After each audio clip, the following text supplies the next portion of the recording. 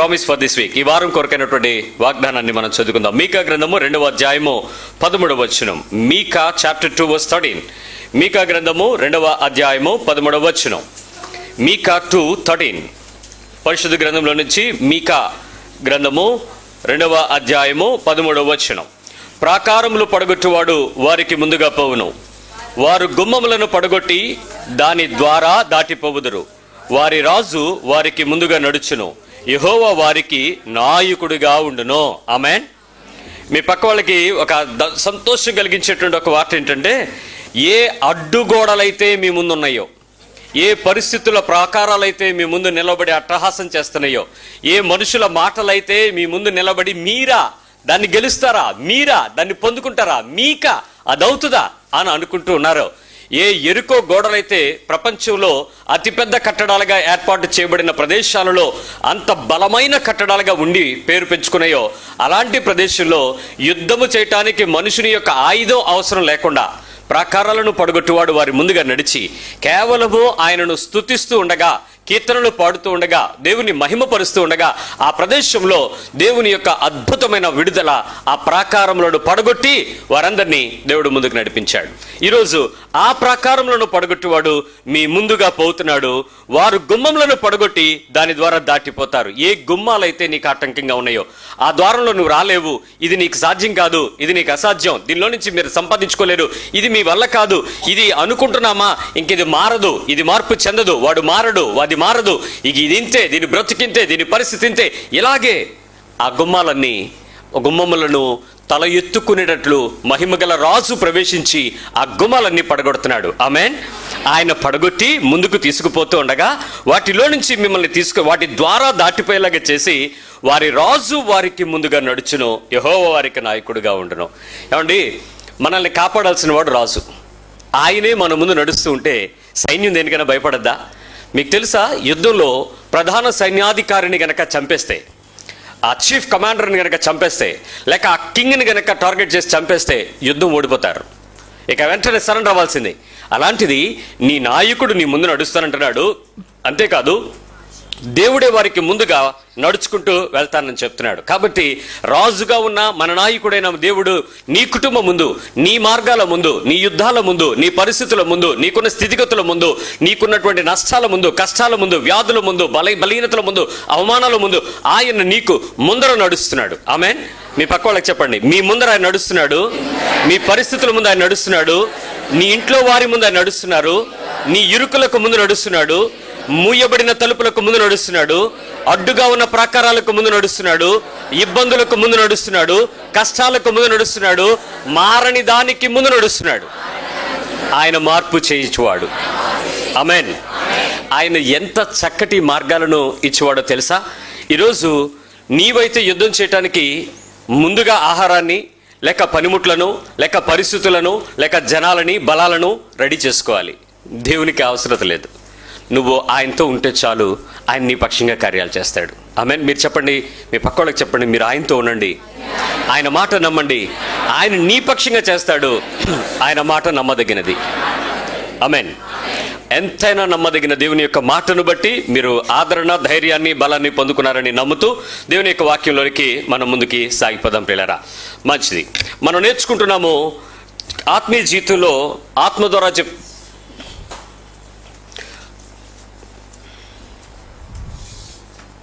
ఆత్మీయ జీవితంలో ఆత్మ ద్వారా చెప్పే ప్రతి సంగతిని కూడా చెవి కలిగిన వాడు వింటూ వాడి జీవితాన్ని సరిచేసుకోవాలి.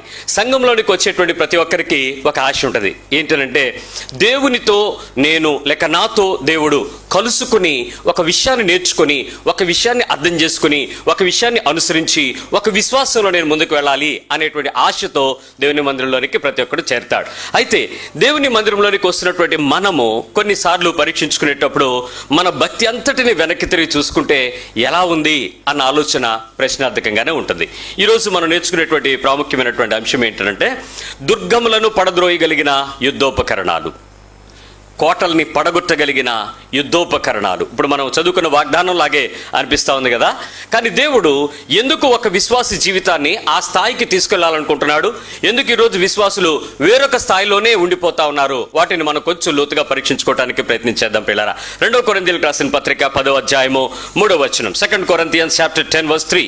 కొరింథీయులకు రాసిన 2వ పత్రిక 10వ అధ్యాయము 3వ వచనం. 2 కొరింథీయులకు రాసిన పత్రిక 10వ అధ్యాయము 3వ వచనాన్ని ఒకసారి తీద్దాం. 2 Corinthians chapter 10 verse 3. మేము శరీరధారులమై నడుచుకొనుచున్న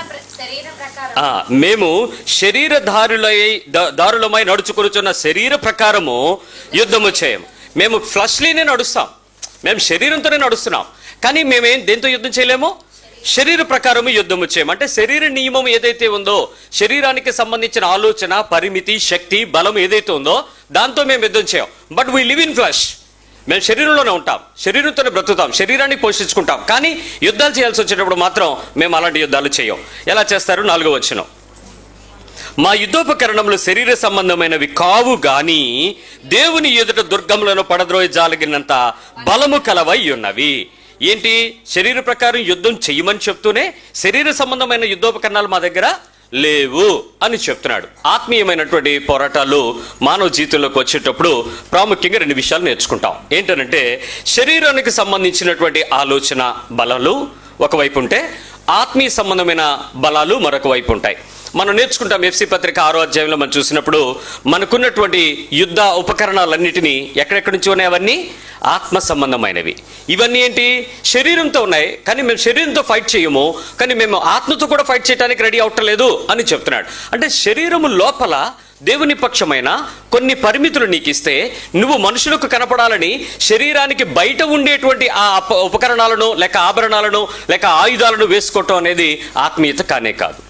ఫిజికల్ థింగ్స్ని కొంచెం మోర్ ఎడిఫికేట్గా మనం చూసుకోవాలి. చూడండి, అక్కడ 10వ అధ్యాయంలోనే 4వ వచనం చూడండి, ఆ కింద వచనంలో ఉంది. మా యుద్ధోపకరణములు శరీర సంబంధమైనవి కావు కానీ. ఒకసారి ఆలోచిద్దాం. అసలు శరీర సంబంధమైనవి కావు అంటే శరీరానికి కావలసిన, శరీరముతో ఉపయోగించగలిగిన, శరీరముతో ప్రయత్నం చేయగలిగిన విషయాలలో నుంచి కొంచెం ఉత్తమమైన ఉపకరణాలని, మన యుద్ధోపకరణాలని వేసుకోవాలి. మరి క్రైస్తవ జీవితంలో ప్రతి ఒక్కరికి కూడా 3 పోరాటాలు ఉంటాయి. Only 3 battles. ఒక విధంగా చెప్పాలంటే 3 యుద్ధాలు, 3 పోరాటాలనే చెప్పాలి. ఏంటి ఆ 3? మొట్టమొదటిది సాతాను సంబంధించినటువంటి యుద్ధం. ఫస్ట్ పోరాటం ఎవరితో?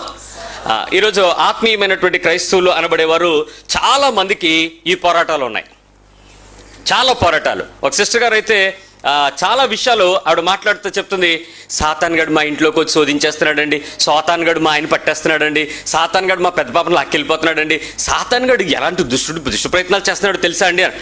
అమ్మ సాతాన్ గురించి చాలా స్టడీ చేస్తున్నట్టు ఉన్నావు, కొంచెం దేవుని గురించి కొన్ని విషయాలు చెప్పమ్మా అని అడిగితే ఆవిడ అంటది తెలియదు. ఏం చెప్పమంటారండి, సాతాన్ గడు బాగా ఇబ్బంది పెట్టేస్తాడు. 100 మాటలు మాట్లాడితే 98 మాటలు సాతానే. లేరా మీరు మీకు తెలిసిన వాళ్ళు లేరా ఆత్మీయులు?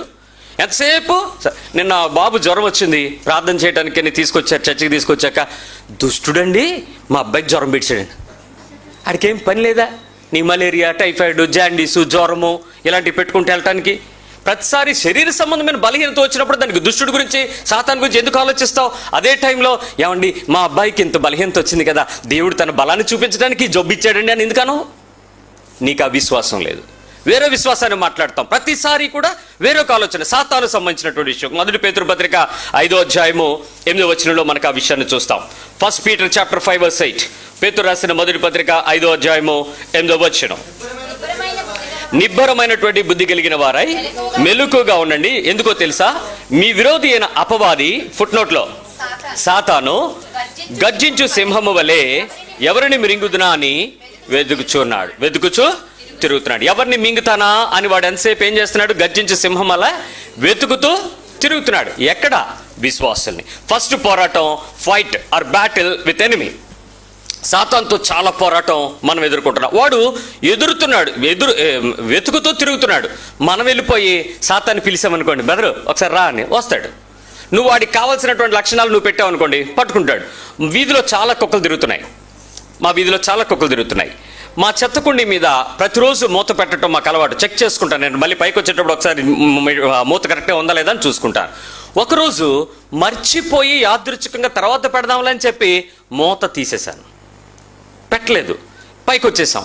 ఆ రోజు రాత్రి కుక్కలు ఎన్ని వచ్చినాయో తెలియదు, మొత్తం చెత్తంతా మా కారిడార్ అంతా జల్లేసి తిరిగేస్తా ఉన్నాయి, శుభ్రంగా పాడు చేసాయి.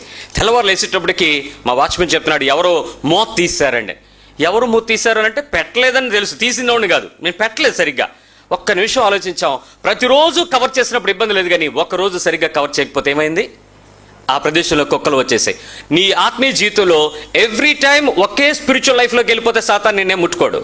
ఏ రోజు వాడికి ఓపెన్ అవుతావో, ఏ రోజు వాడికి ఎక్స్పోజ్ అవుతావో, ఏ రోజు వాడికి లక్షణాలు నీ దగ్గర పెట్టుకుంటావో, ఏ రోజు వాడికి ఆకర్షించబడే వస్తువులు నీ దగ్గర ఉంచుకుంటావో, ఏ రోజు ఆ పద్ధతులు నీ దగ్గర ఉంటాయో, వెంటనే వాడు నీ దగ్గరకు వస్తాడు. వాడికి నువ్వేమి పెద్దగా పిలిచి బోర్డు పెట్టి వెల్కమ్ బ్యానరు, ఆ ప్రదేశంలో ఫ్లెక్సీలు ఏమంటించక్కల, ఆటోమేటిక్గా వాడి నీ జీవితంలోకి వస్తాడు. దానికి పాస్టర్ అయినా సంబంధం లేదు, ఆత్మీయమైన పోరాటం కలిగిన ప్రార్థన యోధుడువైనా సంబంధం లేదు. అందుకే నీ జీవితంలో కూడా చేతబడి చేయడానికి వాడు రాగలడు.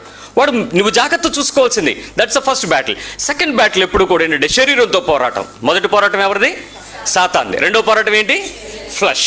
మనకి శరీరంతో ఉండే చాలా పోరాటాలు ఉంటాయి. ఇర్మియా గ్రంథంలో ఆ మాట చెప్తాడు, 17:9. Jeremiah chapter 17 verse 9.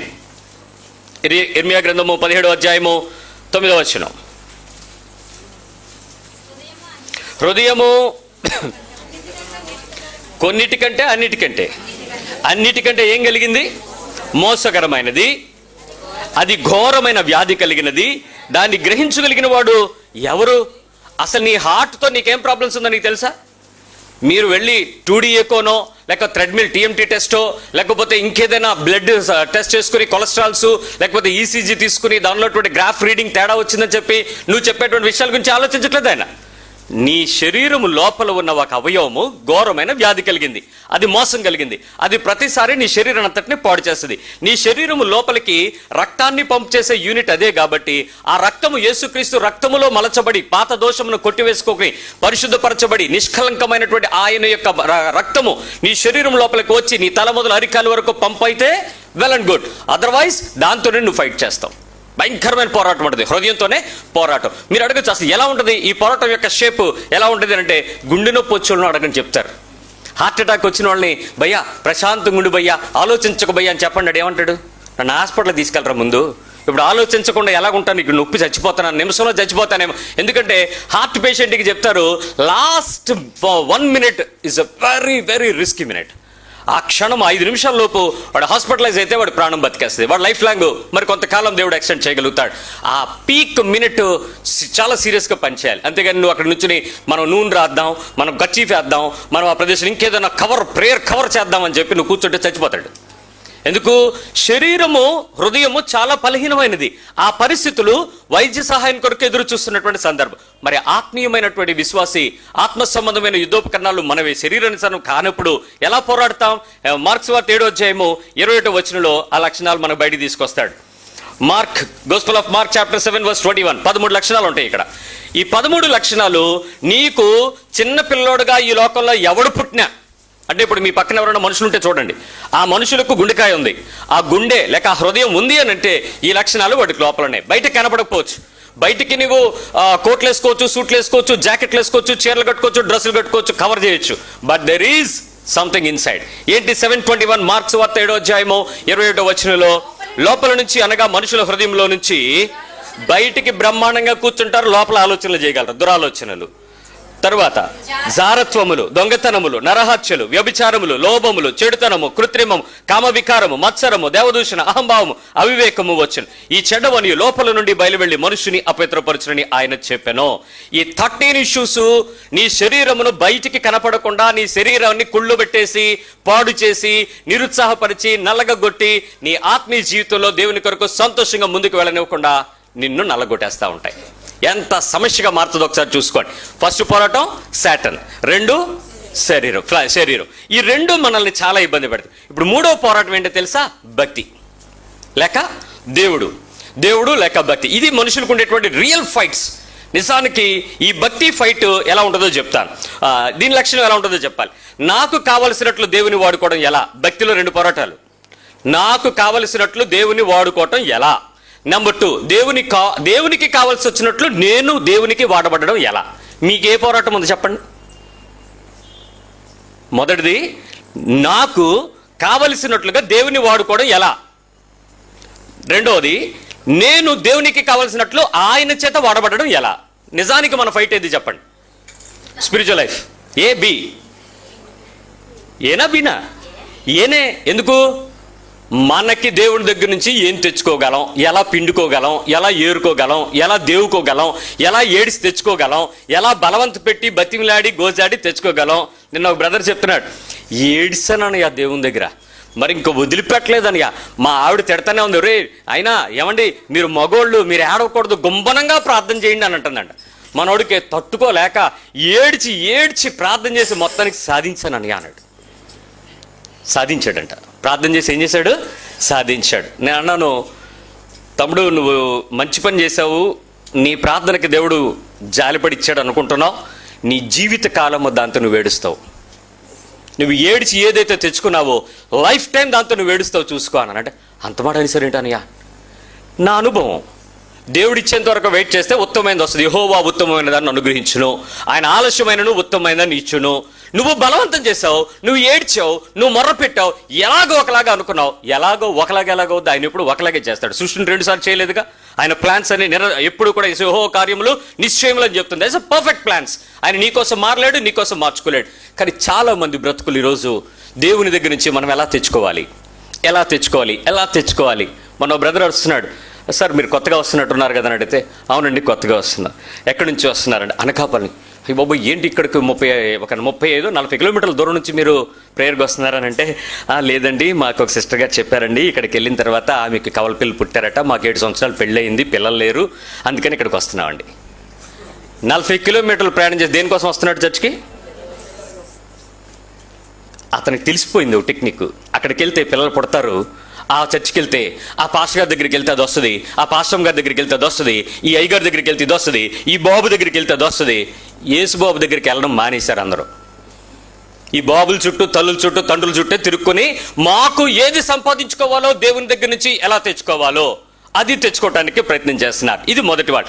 రెండవ భక్తి ఏంటంటే, దేవునికి కావాల్సినట్లు అసలు నేను వాడబడ్డం ఎలా, హౌ, నేను దేవునికి ఎలా ఉపయోగిస్తాను, దేవుడు నన్ను ఎలా ఉపయోగించుకోగలడు, దేవుడు నన్ను ఎలా దాని పనికి వాడుకోగలడు, ఎలా దేవుని పనికి నన్ను సిద్ధపరచుకోగలను అన్నది మనిషికి దేవుని మీద ఉండవలసినటువంటి ఆసక్తి. మరి నీ పోరాటం ఏదో నాకు తెలియదు, ఈ రెండింటిలో ఎలా ఉందో చూసుకోండి.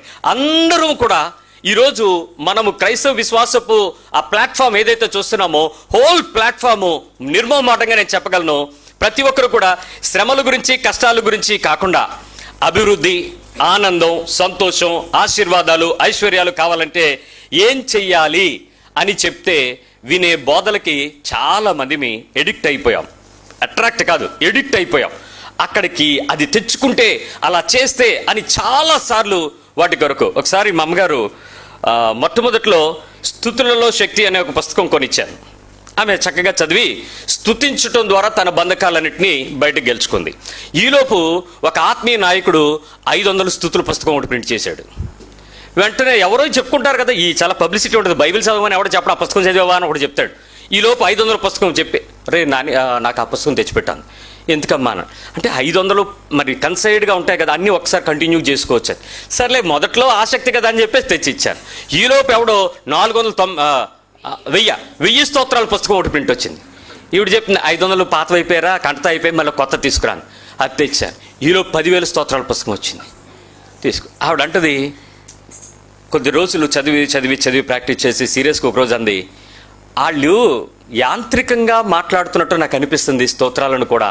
నా హృదయంలో నుంచి దేవుని స్తుతించడం అనే అనుభవం మర్చిపోయాను, చాలా రోజులు అయిపోయింది. అనవసరంగా ఈ పుస్తకాలు పట్టుకున్నానని చెప్పి అన్నీ తీసి పక్కకు పడేసి దేవునితో కృతజ్ఞతలు, స్తోత్రాలు చెల్లించుకోవడం ప్రారంభించింది. అంతవరకు కూడా ఈ పుస్తకాలే నాకు ఆత్మీయమైన సూత్రాలుగా మారిపోయినాయి. దేవుని సంగతులు బైబిల్లో నుంచే చూస్తున్నట్లుగా, రెఫరెన్స్లో నుంచి ఉన్నట్లుగా వాటితో చాలా మంది కంటత పెడుతూ ముందుకు వెళ్తున్నారు. దయచేసి దేవుని యొక్క వాక్యం చెప్తున్నటువంటి పద్ధతి వేరు.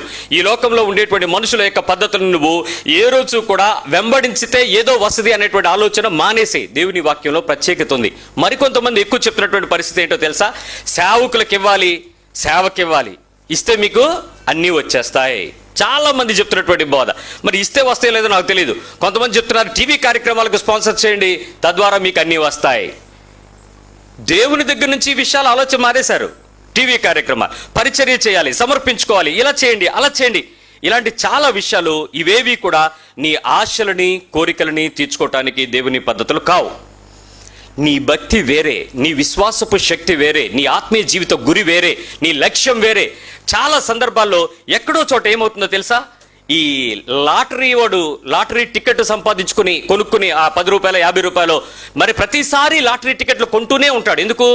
అది వచ్చేంత వరకు. క్రైస్తవులు కూడా ఈరోజు ఈ ఆత్మీయమైన లాటరీ టికెట్లు పాస్టర్ల చుట్టూ కొనుక్కుంటూ తిరుగుతూ ఇంకా వస్తుంది, ఇంకా వస్తుంది, ఇంకా వస్తుంది అని అసలైన సూత్రమైన తాళపు చెవి నీ దగ్గరికి దేవుడిస్తే, క్రీస్తుతో నీ సంబంధం కలిగి ఉండే వాక్యము నీ దగ్గర పెడితే దాని దగ్గరికి వెళ్లకుండా అనవసరమైన విషయాలలో చాలా మంది ఇబ్బంది పడుతున్నారు. ఈరోజు వ్యక్తిగతంగా దేవుని యొక్క అంగీకారము నీ జీవితంలో ఉండాలి అనేది దేవుని యొక్క ఆలోచన. నీ లైఫ్ బ్లెస్ చేయబడడాన్ని బట్టి దేవుడు నాతో ఉన్నాడు అనుకుంటే నీ అంత మోసగత్తి ఎవడు ఉండడు ఈ ప్రపంచంలో. Don't say that you are blessed by your job, blessed by your children, blessed by your buildings, blessed by your vehicles, blessed by your other expansions. I am sorry to say, అసలు ఇవేవి కూడా దేవుని ఆశీర్వాదాలకు నువ్వు చెప్పుకుంటే గుర్తేమో కానీ అంగీకారానికి మాత్రం గుర్తు కాదు. దేవుడు నిన్ను ఆమోదించడానికి గుర్తు కాదు. నీ తెలివితేటలు, నీ జ్ఞానము, నీ బలము, నీ నైపుణ్యత, నీకున్నటువంటి కన్నింగ్ నేచర్, నీకున్న మాటకారితనం నిన్ను గెలిపిస్తున్నాయి. అంతేగాని అక్కడ దేవుడు ఎప్పుడు కూడా నిన్ను ముట్టుకోలేదనే విషయం గుర్తుపెట్టుకో. దేవుడు ముట్టుకుంటే నీ జీవితం వేరై ఉంటుంది. నువ్వు దేవుని దగ్గరకు వచ్చి దేవుని దగ్గర నిజంగా బ్రతికితే నీ ఆలోచనలు వేరై ఉంటాయి, నీ పద్ధతులు వేరై ఉంటాయి, నీ క్రియలు వేరై ఉంటాయి. కాదు అనేటప్పుడు నీ హృదయం మీద పరిశుద్ధాత్మ దేవుడు నిందారోపణ చేసి చెప్తాడు, అవును చూసుకో అని చెప్పి. ఎంటైర్ లైఫ్ డిఫరెంట్గా ఉంటుంది. దేవునితో నడిచే అనుభవం వేరు. ఈరోజు మీరు దేవుని పేరు చెప్పుకుని నడిచే అనుభవాలే. అందుకే మరికొంత పరిస్థితుల్లో దేవుని చేత అంగీకరించడానికి నీ విశ్వాస జీవితంలో జ్ఞానమైన హృదయం కలిగి కొన్ని ప్రశ్నలు వేసుకుందాం. 15 ప్రశ్నలు చెప్తాను నేను ప్రభు సమయాన్ని బట్టి. ఈ 15 ప్రశ్నలు నీ దగ్గర అవుట్ ఆఫ్ 15 నీకు ఎన్ని సమాధానాలు వస్తాయో చూసుకో. ఒకవేళ ఈ 15 సమాధానాల్లో ఎన్ని సమాధానాలు నీవు రాకపోతున్నట్లయితే, ఆ 15 మార్కులు రాకపోతే ఏమవుద్దో నేను ముందే చెప్తాను. మొదటిది ఏంటంటే, సొంత రక్షణ నుంచి నువ్వు పడిపోవడానికి నువ్వు రెడీగా ఉంటావు. 15 ఆన్సర్స్ నీకు రాకపోతే నువ్వు అనుకుంటున్న నీ సొంత రక్షణ నుంచి నువ్వు తొలగిపోతున్నావు. నెంబర్ 2, సాతాను చేతిలో పడడానికి నువ్వు ఒక మెట్టు దూరంలో ఉన్నావు అంతే. Just step ahead. అలా పడతావు సాతాను చేతిలో. ఇక నీ విశ్వాస జీవితంలో పడిపోవటానికి దేవుడు నిన్ను చెయ్యి విడవటానికి కూడా నువ్వు బెత్తడి దూరంలో ఉన్నావేమో. నువ్వు పరలోకానికి పెద్ద దూరంలో లేవన్నాడు ప్రభు. ఆ పెద్ద దూరంలో లేకుండా నువ్వు ఉన్నావేమో చూసుకో నరకానికి. సంఘమంతా క్రైస్తవులే. చెప్తున్నటువంటి సేవలు, చేస్తున్నటువంటి పనులు, పదవులు, అధికారాలు, ఎక్కడ చూసినా యేసు లేని క్రైస్తవ్యం ప్రకటించబడుతుంది. క్రీస్తు కనపడని క్రైస్తవ్యం ప్రకటించబడుతుంది. Let us examine number 1, Matthew 6:5. మత్తయి సువార్త 6వ అధ్యాయము 5వ వచనం. మత్తయి సువార్త 6వ అధ్యాయము 5వ వచనం. Matthew chapter 6:5. మరియు మీరు ప్రార్థన చేయనప్పుడు వేషధారుల వలె ఉండొద్దు, మనుషులు కనబడవలనని సమాజ మందిరంలోను వీధుల మూలల్లోనూ నిలిచి ప్రార్థన చేయటం వారికి ఇష్టం. వారు తమ ఫలము పొంది ఉన్నారని నిశ్చయంగా మీతో చెప్తున్నాను. నీవు ప్రార్థన చేసినప్పుడు నీ గదిలోనికి వెళ్ళి తలుపు వేసి రహస్యమందున నీ తండ్రికి ప్రార్థన చేయము. అప్పుడు రహస్యమందు చూచుచున్న నీ తండ్రి నీకు ప్రతిఫలం ఇచ్చును. జస్ట్ నేను అక్కడ ఆగుతున్నాను.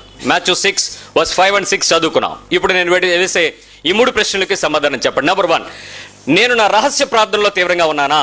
ఒకసారి చెప్పండి అందరూ. నా రహస్య ప్రార్థనలో నేను తీవ్రంగా ఉన్నానా? మీ పక్కన వాళ్ళు అడగండి, మీరు ప్రార్థన చేస్తారా అని. వాళ్ళు ఏమైనా చెప్తే వినండి, అడిగేసి తిప్పికండి. మీరు ప్రశ్న వేసినప్పుడు వాళ్ళు ఏదో చెప్పాలి కదా, చేస్తాను, చెయ్యను, చేయించుకుంటాను ఏదో చెప్తారు కదా. చేస్తారా?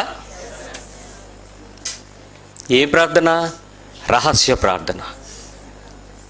అది ఉందా? అది తెలుసా? చెయ్యాలని తెలుసు, చేయడం తెలుసా?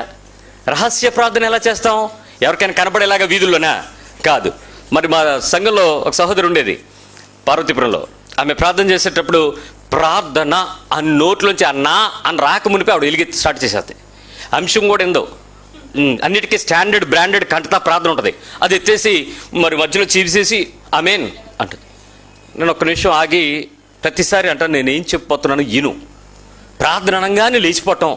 అలాంటి చేసేవాళ్ళు సాధారణంగా ప్రార్థన జీవితం లేనివాళ్ళు. 200% ప్రేయర్ లైఫ్ ఉండదు. వాళ్ళు కమ్యూనిటీలోనే నోర్లెత్తి మాట్లాడగలరు.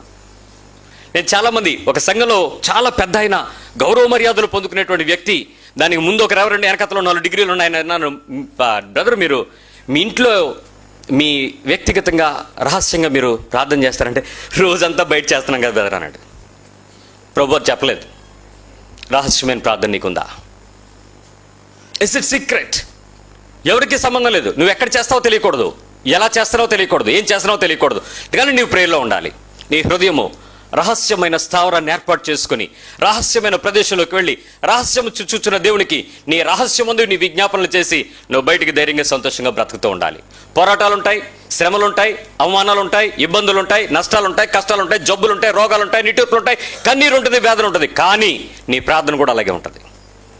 మీలో ఎంతమందికి ఎక్కువ శ్రమలు ఉన్న వాళ్ళు ఎక్కువ ప్రార్థన చేస్తారు చూసుకోండి, శ్రమలు లేని వాళ్ళు తక్కువ ప్రార్థన చేస్తారు. ఆ శ్రమ నిన్ను దేవునికి దగ్గరికి తీసుకొస్తుంది. ఆ శ్రమ నీకు ఓర్పుని కలిగిస్తుంది, ప్రభుతో పట్టుకునే ఆశని కురికి కలిగిస్తుంది.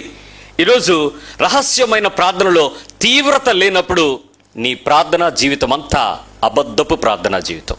చాలాసార్లు మరి ఇక్కడ కొంతమంది వాక్యం చదివే వాళ్ళు ఉన్నారు ఎవరన్నా, కొంతమంది ఇలా అనగానే వాక్యం తీసి చదువుతారు. ఇంకా వాళ్ళు మిగిలిన పేజీలు పరపరలు ఆడుతూనే ఉంటే వీళ్ళు అక్కడ వాక్యం చెప్పేసి ముగించేస్తారు కూడా. ముగించి పక్కకి చదవలేదా, ఇంకా తీలేదా అన్నట్టు ఒక లుక్ ఇస్తూ ఉంటారు. వాళ్ళ ఇంటి దగ్గర బైబిల్ చదవరు, వాళ్ళు చదవరు. Because they no practice. వాళ్ళకి ఏ టైంలో ఎంత షార్ప్గా వాక్యం తీసి చదవడం అది తెలిసిపోయింది. They will never read the Bible in the house. I'm sure. మీరు అడగచ్చు, వాళ్ళు ఇక్కడ చదువుతున్నంత తీవ్రంగా ఆశతో ఆసక్తితో బైబిల్ మాత్రం ఇంటి దగ్గర చదవరు. అది తీవ్రత వేరు. ప్రార్థన కూడా అంతే. రహస్యమైన ప్రార్థన నీ జీవితంలో ఉందా? నెంబర్ 1, సమాధానం ఖచ్చితంగా వచ్చి తీరాలి. 15 మార్కులు రాకపోతే బెత్తుడి దూరంలో నరకంలో పడతావు, సాతాను చేతిలో పడడానికి రెడీగా ఉన్నావు. నీకు నువ్వుగానే నీ సొంత రక్షణ నుంచి నువ్వు బయటకు తొలగిపోవడానికి ప్రయత్నం చేస్తున్నావు, చూసుకో. నెంబర్ 2, నీకు ఇవ్వబడిన నియమించబడిన టైంలో నువ్వు ప్రేయర్ చేసుకుంటున్నావా? నిర్దేశించబడిన నియమించుకున్న టైంలో నువ్వు ప్రేయర్ చేస్తున్నావా? మొదటిది ఏం ప్రార్థన? టైం ఉందా? డెస్టినేషన్ ఉందా? ప్లేస్ ఉందా? ఏమి లేవు. దాట్స్ ఓన్లీ రహస్యమందు ప్రార్థన. రెండవ ప్రార్థన ఏంటి? నిర్దేశించబడిన టైమ్స్. నువ్వేమైనా టైమ్స్ పెట్టుకుని దేవునితో చెప్పావు, ప్రభా ప్రతిరోజు పొద్దున్న 5 గంటలకు లెగుస్తాను నాయన, ప్రార్థన చేస్తాను, రాత్రి చేస్తాను నాయన అన్నావు. చేస్తున్నావా?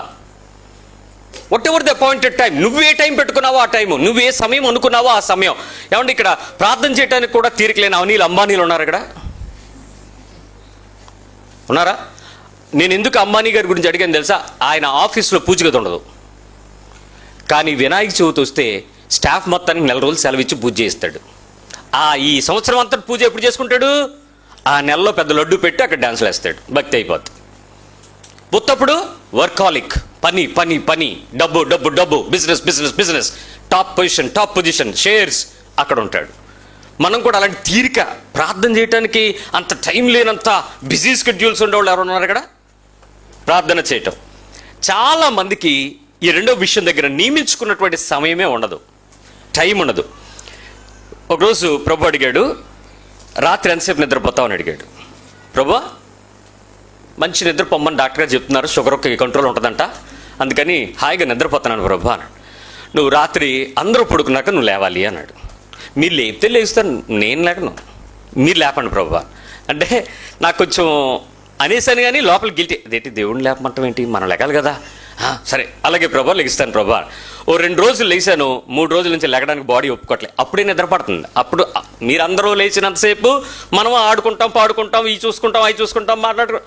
అందరూ పడుకున్న టైంలో మనకి నిద్ర వచ్చిన టైం దేవుడు అంటే నువ్వు లే అంటాడు. అప్పుడు లేచి ప్రార్థన చేయటం ప్రారంభించాను. కొద్ది రోజులు పరిశుద్ధాత్మ దేవుడు ఆ రాత్రి సమయము, నువ్వు నాతో గడిపే సమయం, నువ్వు లేచి మొర్రపెట్టు అనంటే ప్రార్థన చేయడానికి కొంచెం ఇసుకు పుట్టిన 1 నెల రోజులు ఇబ్బంది తర్వాత అది అలవాటుగా మారింది, క్రమం అయిపోయింది. అమ్మయ్య, ఆ నైట్ టైము అందరూ పడుకోవటం, ఎప్పుడు పడుకుంటారా అని చూడటం, అప్పుడు లేచి కూర్చుని దేవునితో మాట్లాడుకోవటం, దేవునితో ప్రార్థన చేయటం అనేటువంటి చక్కటి అనుభవం వచ్చింది. ఒకరోజు సరదా కనిపించింది, నువ్వు కునుకువు, ఇజ్రాయెల్ కాపాడోడు కొనకడు, నిద్రపోడు, నన్ను నిద్రపోనివ్వడు అనిపించింది. నా ఫ్లష్ నాతో చెప్పింది, ఆయన నిద్రపోడు కదా, నేను లేపుతాడు. నేను దేవుని మీద వ్యసన పడుతున్నాను, నేను ఇప్పుడు ప్రార్థన సమయం పెంచుకోవాలి అనిపించింది. మళ్ళీ మోకరించి మళ్ళీ ఇంకో 1 గంట సేపు పోరాటాన్ని, ప్రార్థన చేయడానికి శరీరం నిద్ర అంటదండి. మనం మంచం మీద ఆల్రెడీ కూర్చొని ఉంటాం, పడుకుని ఉంటాం, ఆ పరుపు మీద లేవడం చాలా ఇబ్బందిగా ఉంది. కానీ ఆ రోజు నిర్ణయించుకున్నటువంటి సమయం, అందరూ పడుకున్న రాత్రి సమయం లేచి ప్రార్థన చేయాలి. That's all.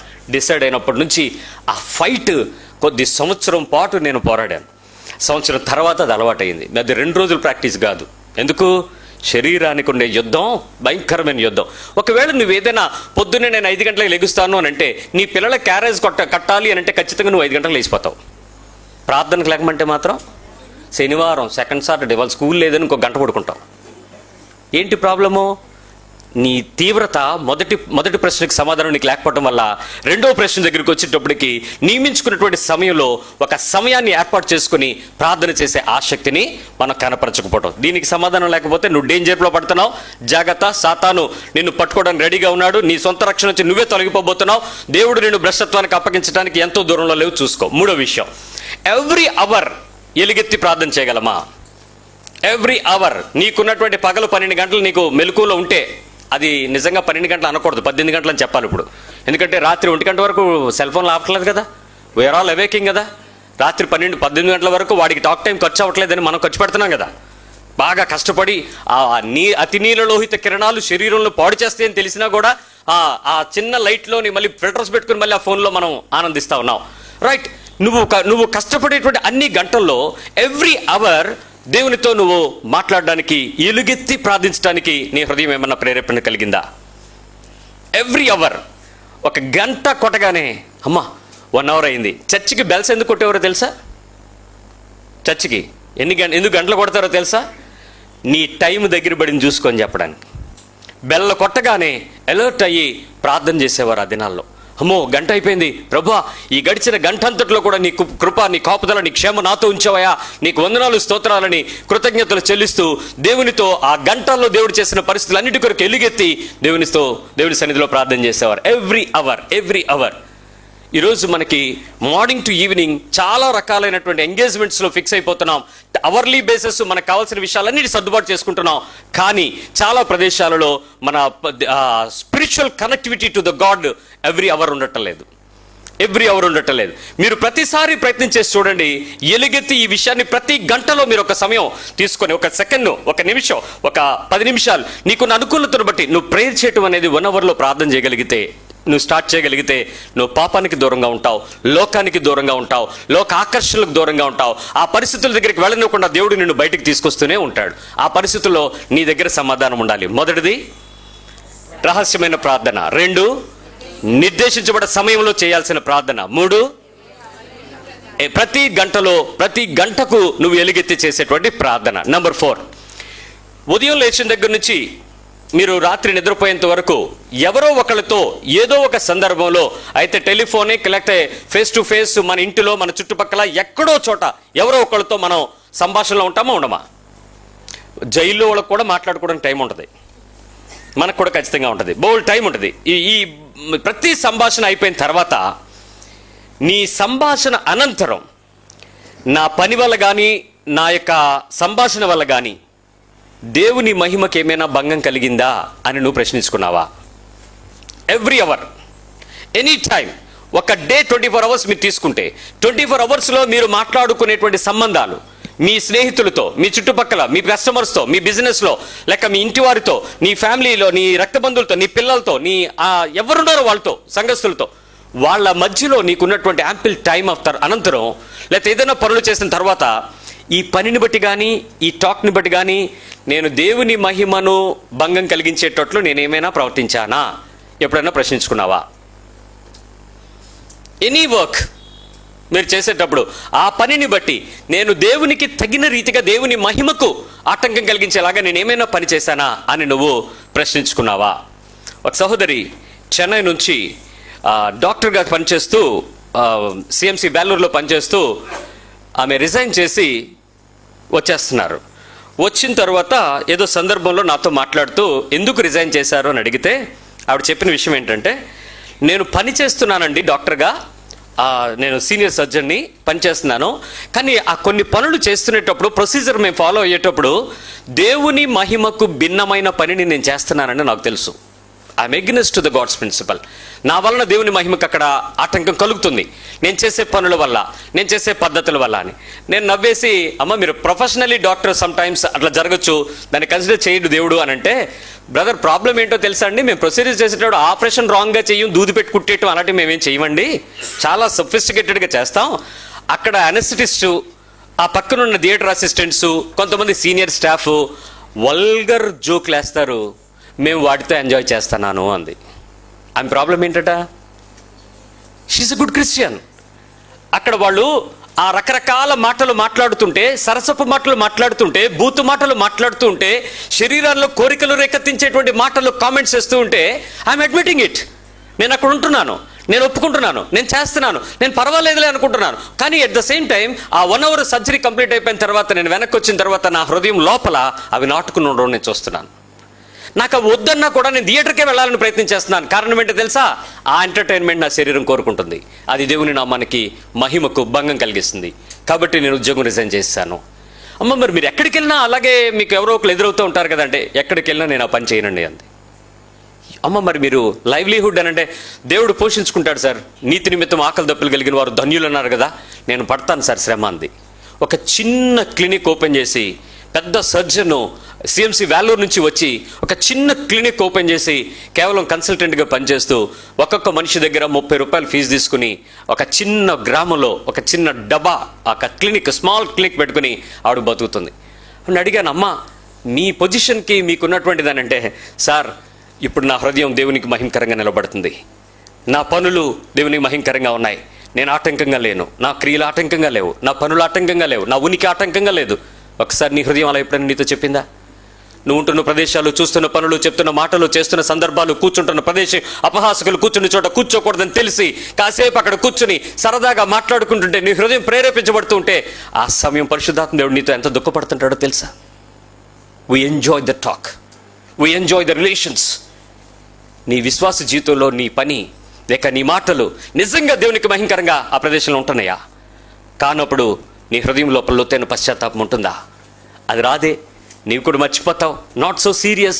ఆ సమయాన్ని బట్టి నువ్వు దేవుని దగ్గరికి వచ్చి అయ్యో నేను ఇలా చేస్తున్నాను, నేను తప్పు చేశానని ఏడుపు కూడా నీ హృదయంలో ఎప్పుడు కనపడదే.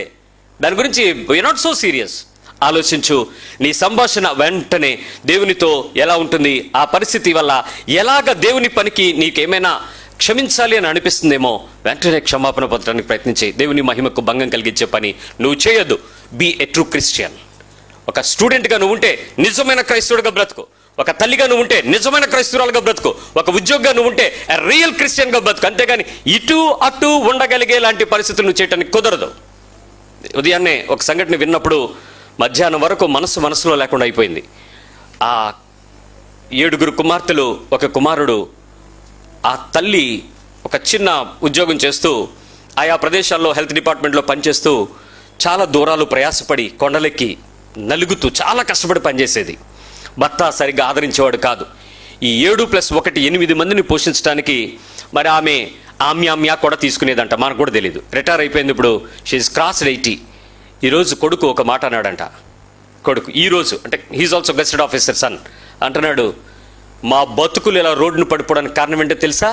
నువ్వు యేసు ప్రభు నమ్ముకున్న తర్వాత కూడా లంచాలు తీసుకుని ఆ లంచాల సొమ్ముతో మమ్మల్ని పోషించడం. ఒక్క కూతురు కుటుంబం సవ్యంగా లేదు. అందరి కుటుంబాలు విచ్ఛిన్నం అయిపోయినాయి.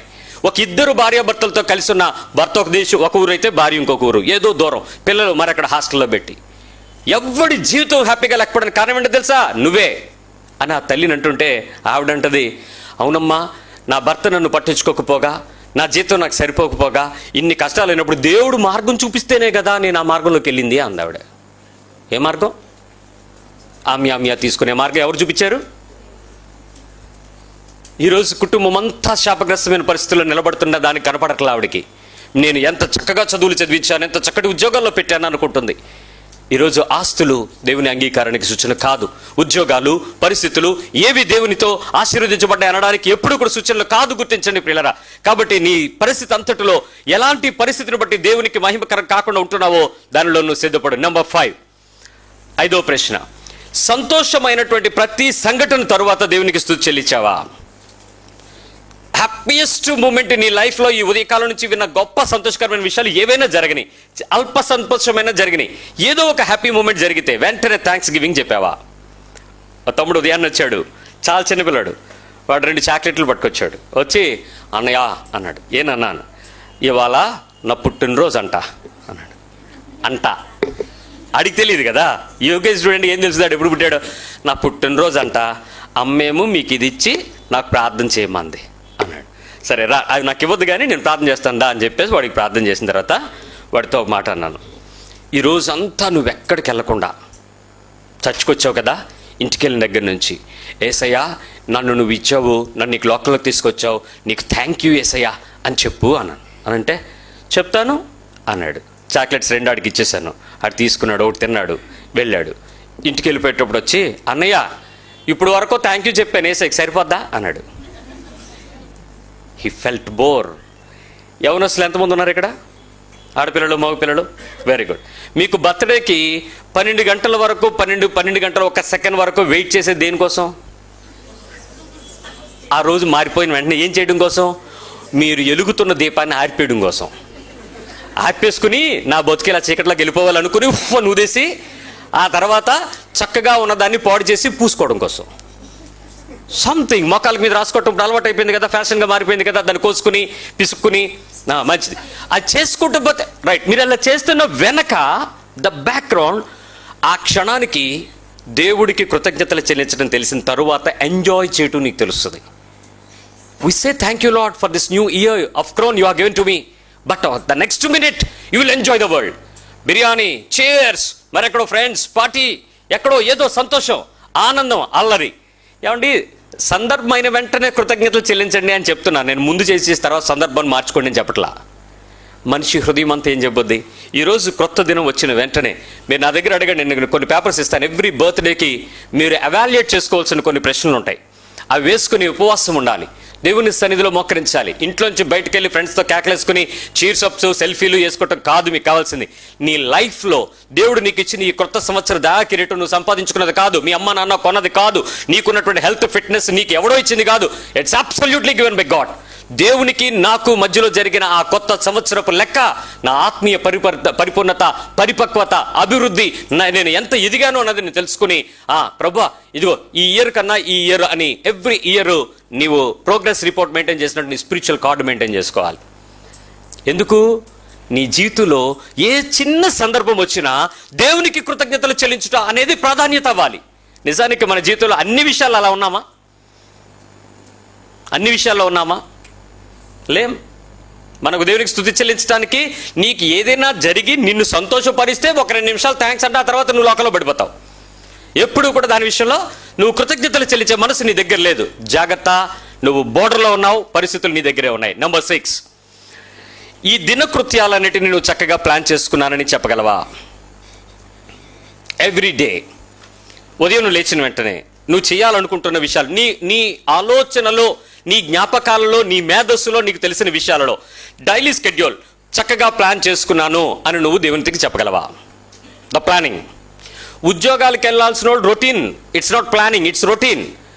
నీ ఏదైనా చిన్న చిన్న వృత్తి వ్యాపారాలు చేసేవాళ్ళు routine, it's not a planning.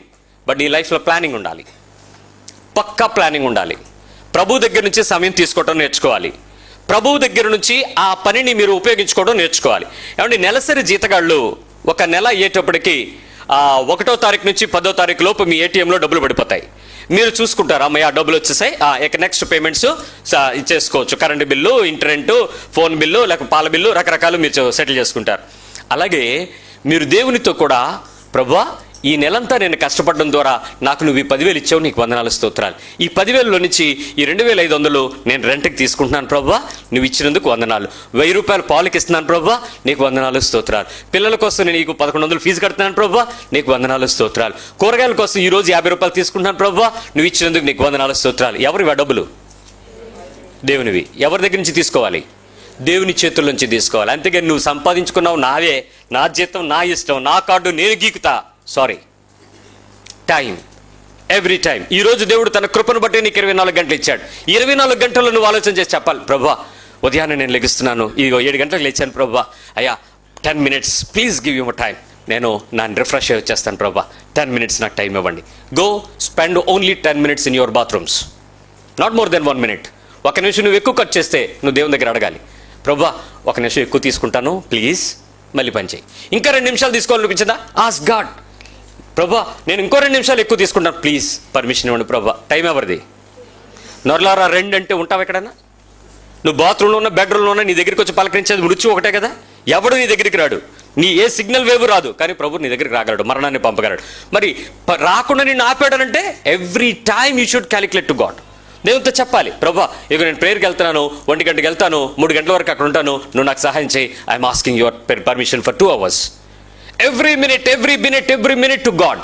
So ప్రతి సమయము ఈ కృత్యాన్ని చక్కగా, ఈ దినకృత్యాలన్నింటినీ నువ్వు ప్లాన్ చేసుకోవడం అలవాటు లేకపోతే ప్లాన్ చేసుకోవడం ప్రారంభించండి.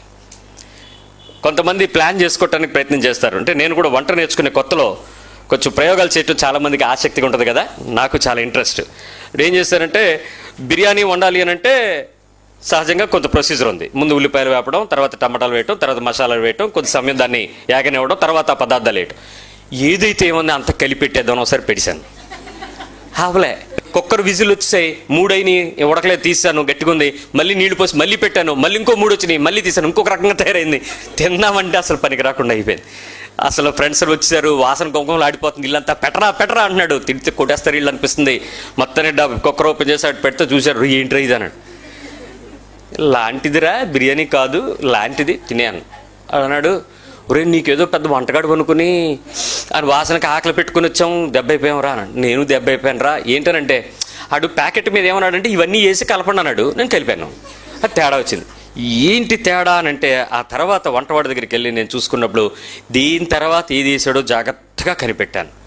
ఇంగ్రీడియంట్స్ టైం టు టైం అవి పడితేనే దాని ఫ్రాగ్రెన్స్, దాని ఫ్లేవరు, దాని లోపల ఉన్న కంటెంట్ అంతా కూడా బయటికి నీకు తినడానికి ఉపయోగంగా మారుతుంది. సో ఏదో ఒకటి పర్వాలేదు లేని వాళ్ళు చాలామంది ఈ రోజంతా నేనే కదా, ఎలాగో ఒకలాగా చేసుకుంటానులే, ఎలాగో ఒకలాగా సర్దుకుంటానులే, ఎలాగో ఒకలాగా నా పనులు చేసుకుంటానులే, ఈ రోజంతా నాదే కదా. అలా కుదరదు, బిర్యానీలాగా అయిపోద్ది. ఎలా చేయాలో అలాగే చేయాలి.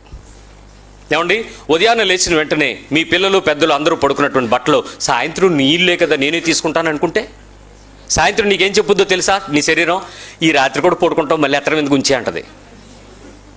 దాన్ని ఏమంటారు ఏమో, అలాంటి లక్షణం. అంటే ప్లానింగ్ ఈజ్ ఇంపార్టెంట్. పర్వాలేదు.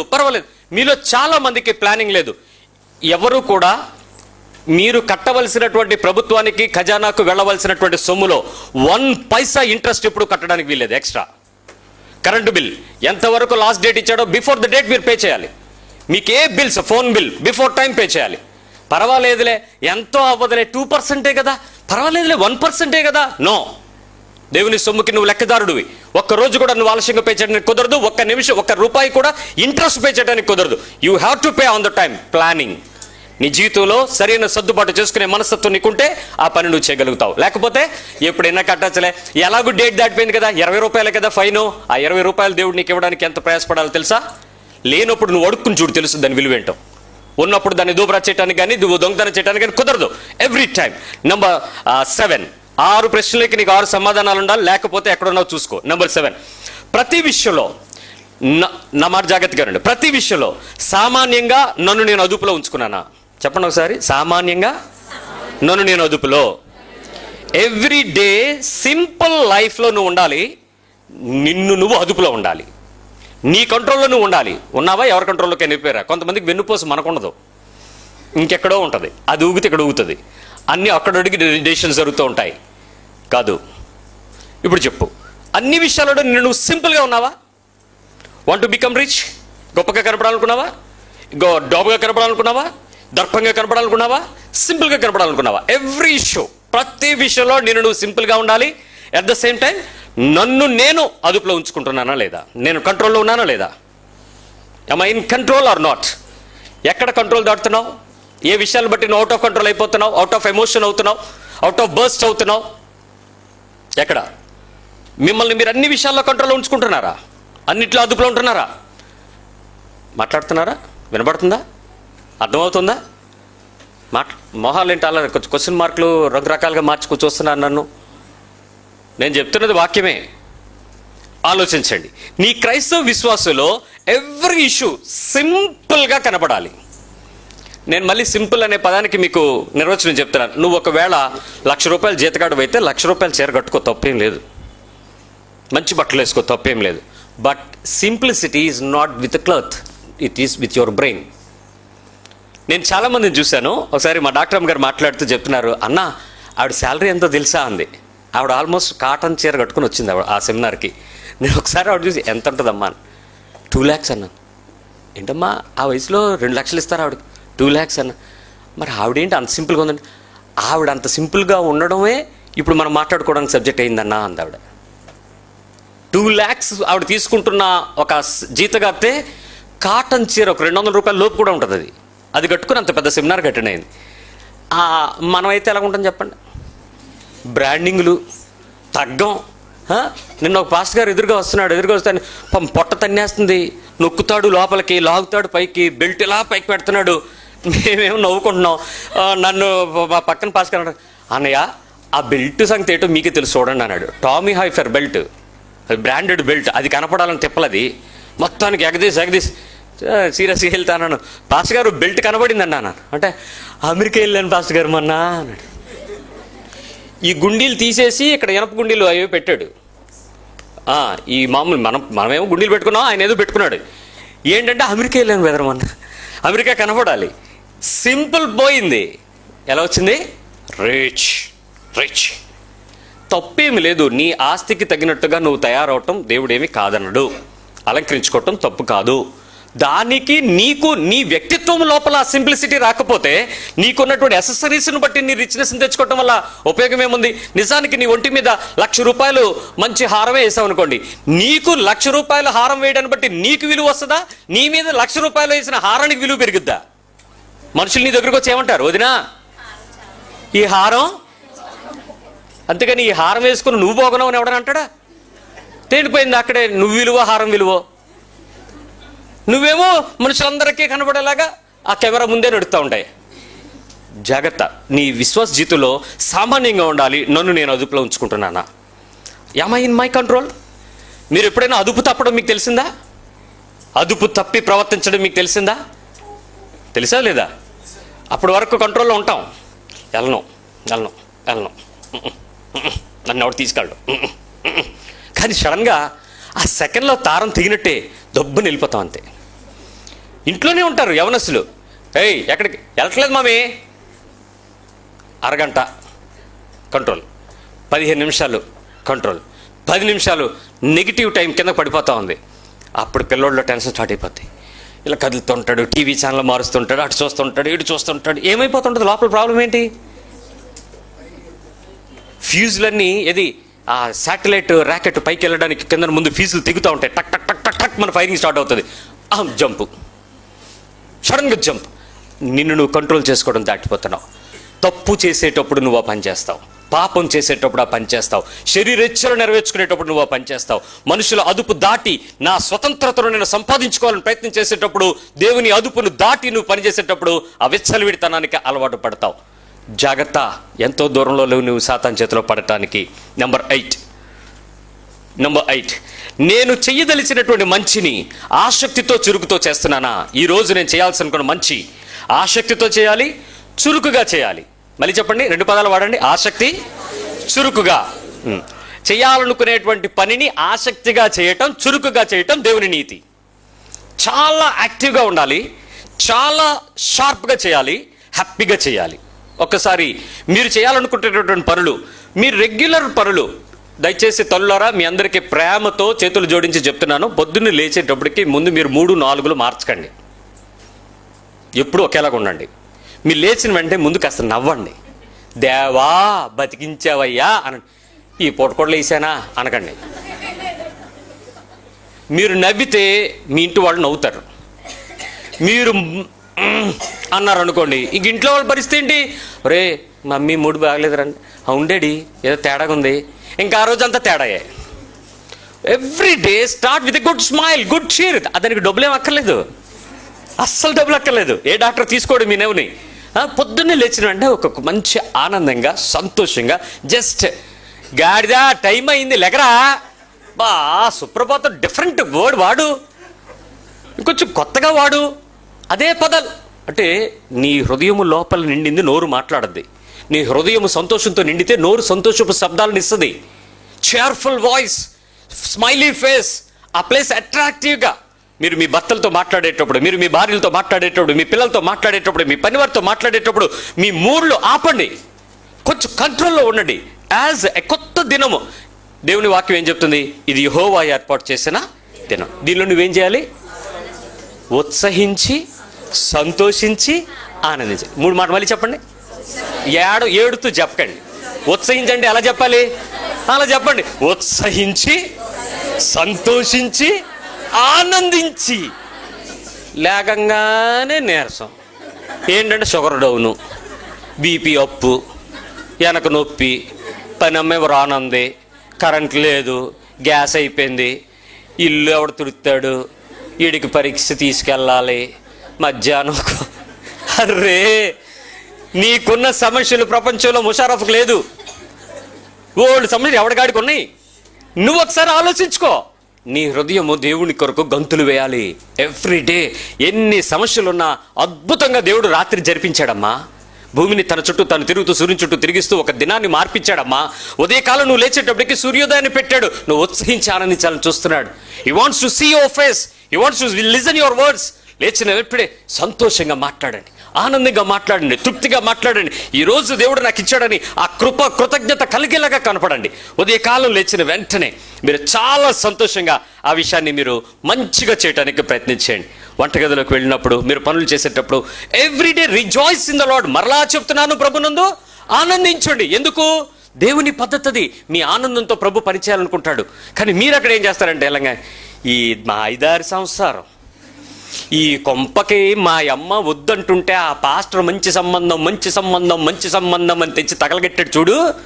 వీళ్ళకు వండుకుని, వార్చుకుని, దానికి చూసుకుని, దీన్ని చేసుకునేవాడికే దరిద్రం సగం అయిపోతుంది నా బతుకు. ఓ బతుకు ప్రార్థన లేదు, స్తోత్రం లేదు, అవన్నీ లేవా? నువ్వు బాధ వేసుకున్నావు. నీకు సమస్యలు కనబడుతున్నాయి, నీ బ్రతుకులో ఉండాల్సినవి ఉన్నాయి, దానిని ఆనందించాల్సిన రీతిలో నువ్వు ఆనందించటం లేదు. గంతులు వేయాలి దేవునితో క్రొత్త దినాన్ని. ఏడవడం కాదు, దుఃఖపడడం కాదు, చిరాకుపడడం కాదు, నిట్టూర్పులించడం కాదు, లేని వాటికి నిందించడం కాదు, స్తుతించడం నేర్చుకోవాలి. ఉత్సహించి, సంతోషించి, ఆనందించి. ఈ రోజంతా నేను ఎందుకు పోగొట్టుకుంటాను? ఈ రోజు నేను ఏ నిమిషాన్ని పోగొట్టుకోను, ప్రతి సమయం నేను ఆనందిస్తాను. మీరు 3, 4, 5, 6, 7, 10 ఎక్కేస్తూ ఉంటే, అవతల మనుషులతో మీ సంబంధాలు తెగిపోతూ ఉంటే చురుకుదనం ఎక్కడ ఉంటుంది? యాక్టివ్నెస్ ఎక్కడ ఉంటుంది? నీ విశ్వాస జీవితంలో ఈరోజు దేవుడు నీకు ఏర్పాటు చేసిన రీతిగా నువ్వు కనపడకపోతే, దానిలో కయ్యాలో, తంటాలో, తిట్లో, అరుపులో, కేకలో, మరి విపరీతమైన అర్థాలో, శాపాలో, రకరకాల భాషలో, జాగ్రత్త. నీవు దేవుని కన్నా దయ్యం చేతిలో పడ్డానికి దగ్గరగా ఉన్నావు. Every day you should rejoice in every minute. చాలా సంతోషంతో దేవునిలో ఆనందించడానికి ఎన్నో ప్రయత్నించాలి. ఒకసారి ఒక బ్రదర్ అడిగాడు, పాస్టర్ గారు మీరు ఎప్పుడైనా ఏడిచారా అని. సడన్ ప్రశ్న. నువ్వు ఏడిచారా అని అడిగాడు. ఎప్పుడూ ఏడవలేదా? ఏడవాలనిపించలేదా అని. ఒకసారి అనిపించింది కానీ ఆ కన్నీరు దాని కిందకి వేస్ట్ చేయాలని ఏడవలేదు అన్న. ఏడుపు రాదా అన్నాడు. ఏడిపించడం వచ్చాను అన్న. నాకు ఏడవడం రాదు, ఏడిపించడం వచ్చాను. సరే కాదు, నిజం చెప్పండి, మీరు ఎప్పుడైనా ఒంటరిగా ఉండేటప్పుడు నేను ఏడ్చారా? నా ప్రభువుతో నేను ఏడ్చుకున్నాను కానీ నా సమస్యతో నేను ఎప్పుడు ఏడవలేదు. నా ప్రభువుని చూసిన రోజు నా హృదయంలోకి వచ్చిన దుఃఖం, నా కన్నీళ్ళకి వచ్చిన పొంగిపోయిన ఆ దుఃఖం ఎప్పుడూ నేను దేనికి ఏడవలేదు. అది లేనప్పుడు ఏడవలేదు, అది పొందనప్పుడు ఏడవలేదు, అది ఉన్నప్పుడు ఏడవలేదు, అది రాదు అని తెలిసినప్పుడు కూడా ఏడవలేదు, అది నా జీవితానికి అందదు అని తెలిసినప్పుడు కూడా నేను ఏడవలేదు. నా దగ్గర నుంచి తీసుకున్నప్పుడు ఏడవలేదు, నాది పోయినప్పుడు ఏడవలేదు, మరణించినప్పుడు ఏడవలేదు. ఏ రోజు నేను ఏడవలేదు. ఎందుకంటే నా ప్రభువుతో నా హృదయము వేరే ఆలోచన కలిగి ఉండాలి. పరిస్థితుల మధ్య నేను ఏడిస్తే చేతకనవాడిని అయిపోతాను. శ్రమ దినమున మీరు కృంగిని ఎడల మీరేమవుతారు? చేతకని వాళ్ళు అయిపోతారు. నేను చేత అయిన వాడిని, నా దేవుని ఆత్మ నాతో ఉంది, దేవుని ఆత్మలో నేను ఆనందించగలిగిన వాడిని ఏ రోజు నేను దుఃఖపడడం నేను చూడలేదు. నా హృదయాన్ని, శరీరాన్ని ఏడవడానికి ఒప్పుకోలేదు. సమస్యలు చాలా తీవ్రంగా వచ్చాయి కానీ ఏ రోజు కూడా నేను ఏడవలేదు.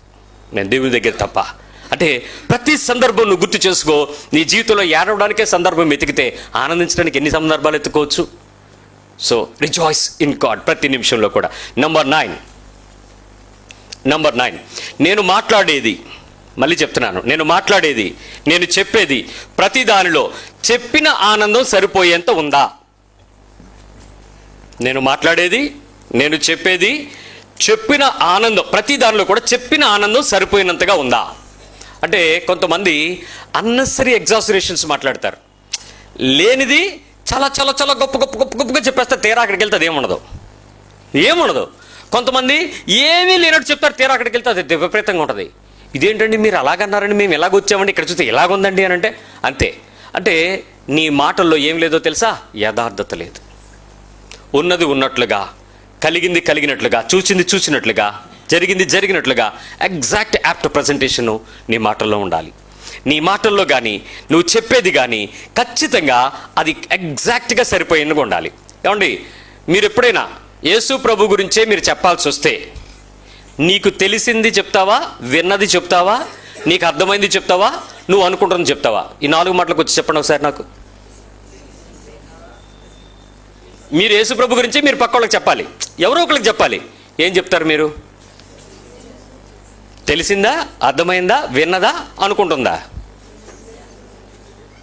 నిజం చెప్పనా, మీకు తెలిసింది కొంచెమే చెప్తారు, విన్నది సగం చెప్పేస్తారు, కొన్ని అనుకుంటున్నది చెప్పేస్తారు, లేనివి రంగేసేసి మిగిలిందంతా పైకెత్తేస్తారు, చాలా గొప్ప గొప్పగా చెప్పేస్తారు. నిజానికి నీ లోపల ఉన్నది వేరు, నువ్వు చెప్తున్నదంతా కవరింగే. సాక్ష్యం అనండి, ఒకసారి చెప్పండి, సాక్ష్యం అనండి. సాక్ష్యం 200% ట్రూత్ ఉంటుందా? కొంచెం కవరింగ్ ఉండదా? షేపింగ్ ఉండదా? దానికి యాడింగ్ ఉండదా? మార్ఫింగ్, బుర్రలు మార్చేయడం, మార్ఫింగ్ ఉండదా? కొంచెం సాగదీయడం, స్ట్రెచ్చింగ్. కథని సీరియల్ ఏం చేస్తారు ఇప్పుడు? 234 ఎపిసోడ్, 35 ఎపిసోడ్, 36 ఎపిసోడ్. నీ సాక్ష్యం కూడా అంతే సాగుతూ ఉంటుంది గంట గంటకి. ఎందుకు ఇవన్నీ? నువ్వు చెప్పేదానికి నీ బ్రతుకులు ఉన్నదానికి ఎగ్జాక్ట్ సరిపడినంత లేదు. అలాంటి తప్పుడు క్రైస్తవ్యాన్ని నువ్వు ప్రమోట్ చేసుకున్నట్లయితే ప్రభు దగ్గర నువ్వు నిలవడానికి అవకాశం ఉండదు. జాగ్రత్త. చాలా సందర్భాలలో చెప్పుతున్న దానికి తగిన ఆనందం నీ లైఫ్లో ఉండాలి. మీరు ఎప్పుడైనా పలకరించేటప్పుడు మీ పక్కన వాళ్ళు మీరు బాగున్నారా అనగానే వాళ్ళు ఏం చెప్తారు? బాగున్నా అంటారా లేదా? మాట్లాడండి. అవుట్ స్టాండింగ్ అనండి ఒకసారి. It's good. మీరు బాగున్నారా అంటే గుడ్. అవుట్ స్టాండింగ్కి గుడ్కి తేడా ఏంటి? అబ్బే మేము తిరుగులేనంత ఆనందంగా ఉన్నామండి. అలా ఉండాలి. నువ్వు ఉండాలా? గుడ్ అంటే ఉండాలి. 5 సెకండ్లు కూడా అవ్వదు, నువ్వు మళ్ళీ వచ్చి ప్రార్థనకు నుంచుంటావు. ఏంటనంటే మా ఇంట్లో, మా ఒంట్లో, మా ఇంటికాడ, మా వాళ్ళ దగ్గర ఇవన్నీ ఇందాక బాగున్నా ఉన్నావు కదా, మళ్ళీ ఇప్పుడు ఇవన్నీ ఎందుకు వచ్చినాయి అంటే మాట వరుసకు బాగున్నా ఉన్నట్టే బాగోలేదు అంటాం ఏంటండి? అబద్ధం చెప్తాం కదా. అడచా, నువ్వు మాట్లాడుతున్న దానికి తగినంత ఆ ప్రదేశంలో లేదు, ఆ ప్రదేశంలో కనపడదు.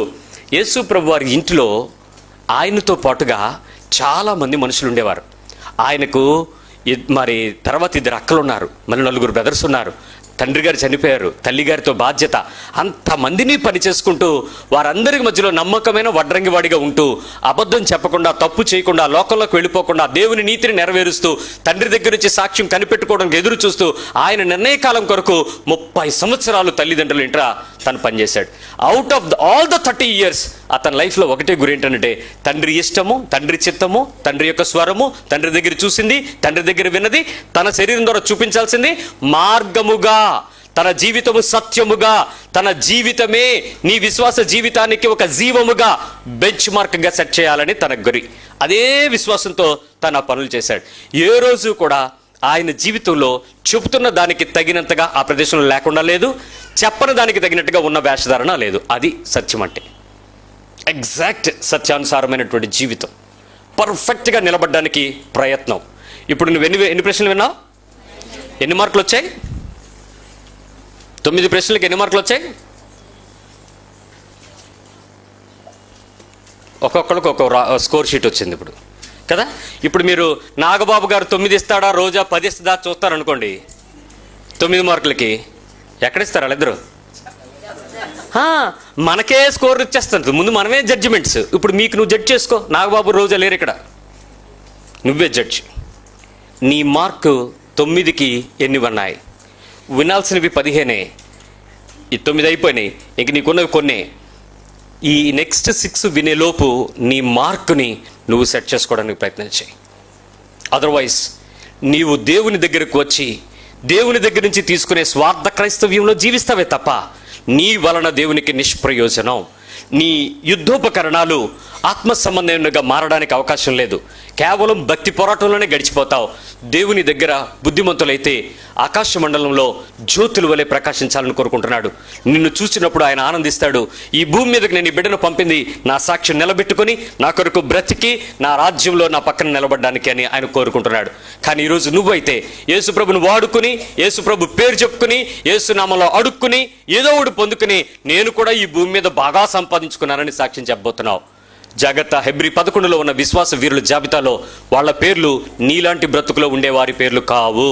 వాళ్ళ బ్రతుకులు వేరు, వారి విశ్వాసాలు వేరు. నీ హృదయాన్ని సిద్ధపరచుకుని తగిన రీతిగా దేవుని సన్నిధిలో నిలబడడానికి మన ఆలోచనలన్నిటిని మార్చుకుందాం. ప్రార్థన చేద్దాం.